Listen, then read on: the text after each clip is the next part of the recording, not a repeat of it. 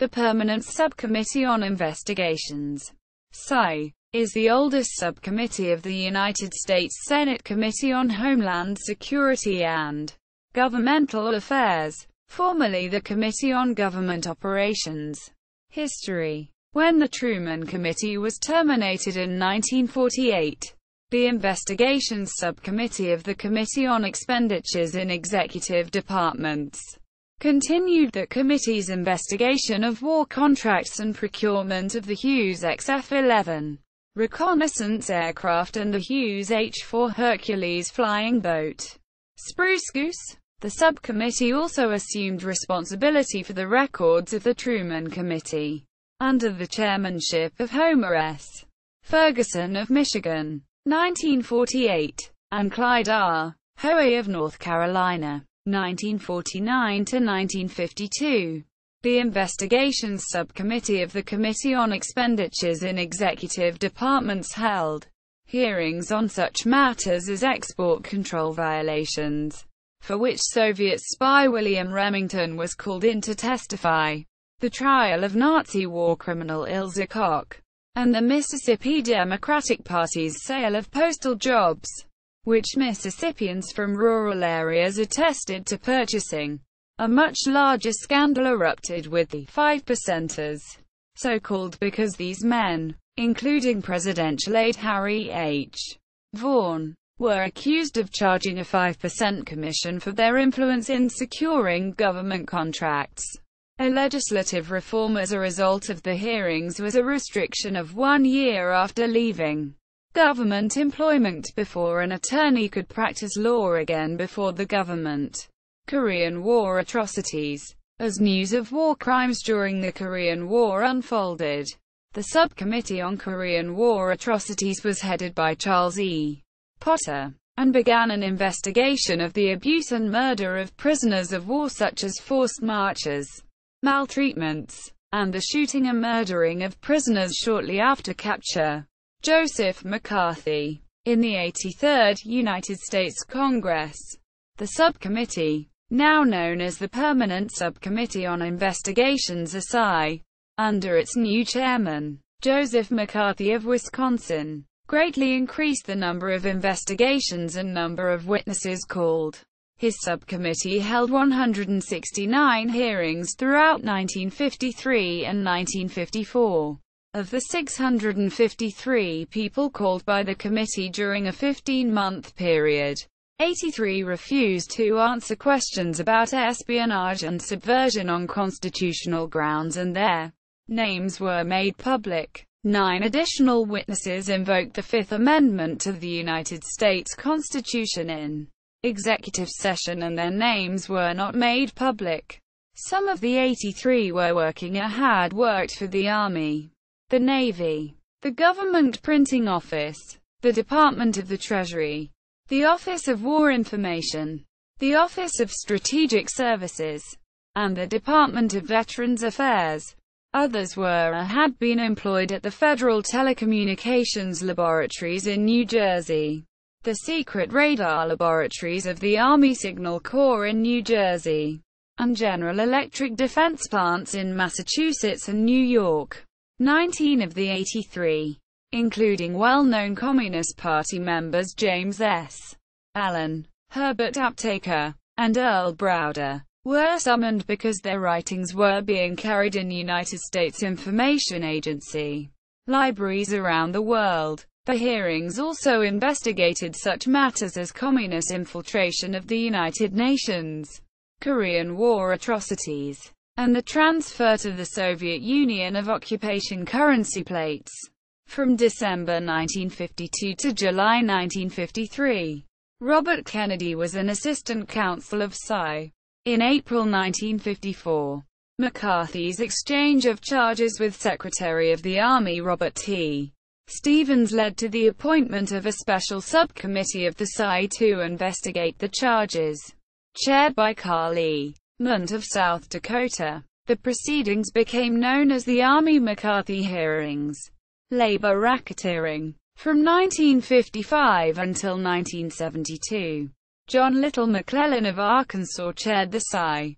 McClellan continued extensive hearings of the Army Signal Corps at Fort Monmouth, New Jersey, and added new inquiries relating to communist activities in the United States and to business activities and alleged improper activities by Eisenhower administration appointees and political associates. In the 86th Congress, 1957, members of the subcommittee were joined by members of the Committee on Labor and Public Welfare on a special committee, the Select Committee on Improper Activities in Labor and Management, to investigate labor racketeering, chaired by Senator McClellan and staffed by Robert F.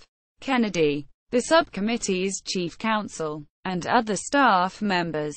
This special committee directed much of its attention to criminal influence over the International Brotherhood of Teamsters, most famously calling Teamsters leaders Dave Beck and Jimmy Hoffa to testify. The televised hearings of the special committee also introduced Senators Barry Goldwater and John F. Kennedy to the nation, as well as leading to passage of the Labor Management Reporting and Disclosure Act.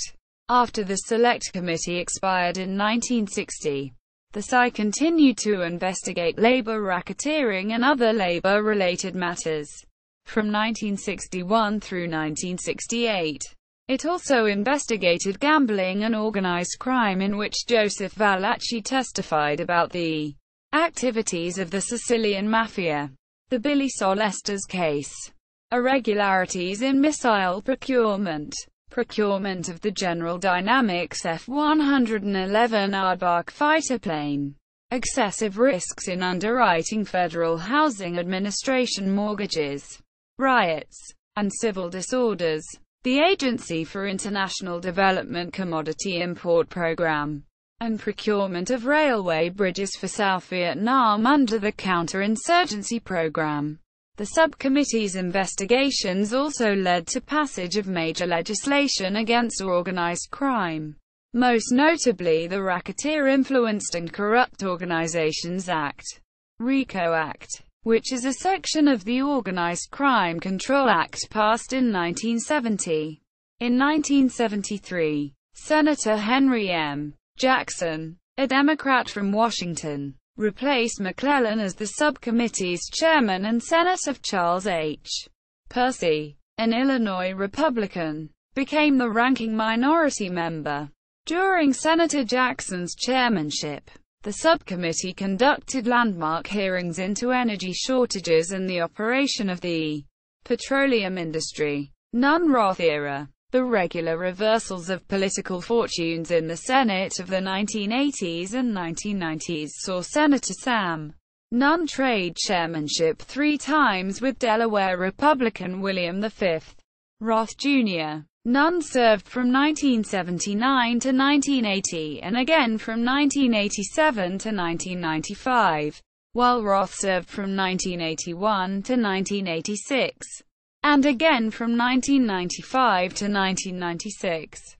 Senator Roth led a wide range of investigations into commodity investment fraud, offshore banking schemes, money laundering, and child pornography. Senator Nunn inquired into federal drug policy, the global spread of chemical and biological weapons, abuses in federal student aid programs, computer security, aviation safety, and healthcare fraud. Tenures of Collins, Levin, and Coleman. In January 1997, Republican Senator Susan Collins of Maine became the first woman to chair the Permanent Subcommittee on Investigations.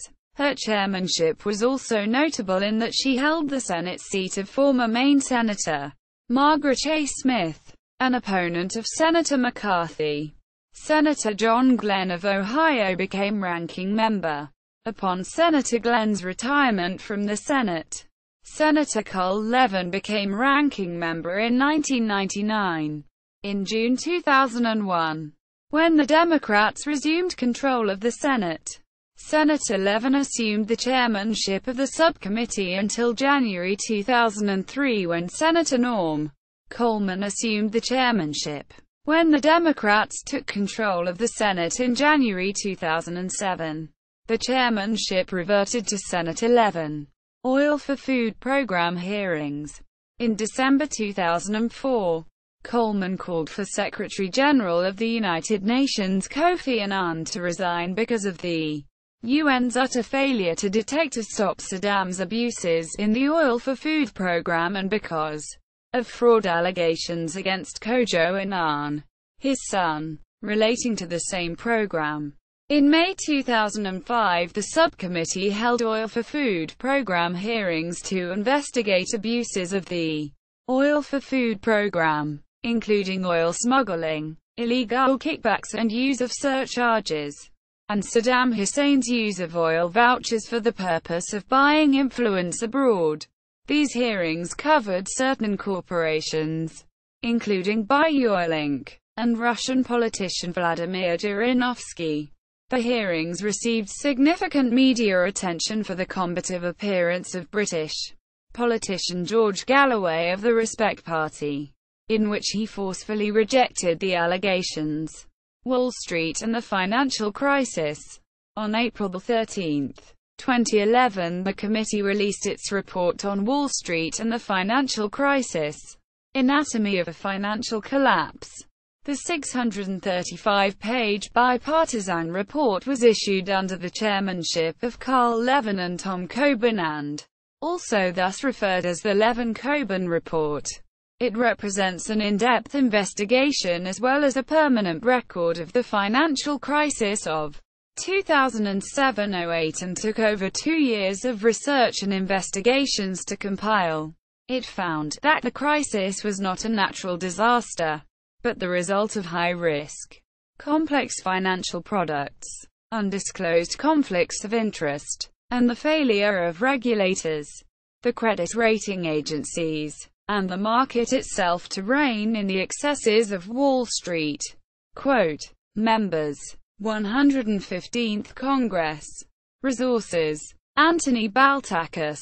On the defensive. Walter Reuters' testimony before the McClellan Labor Rackets Committee. Michigan Historical Review.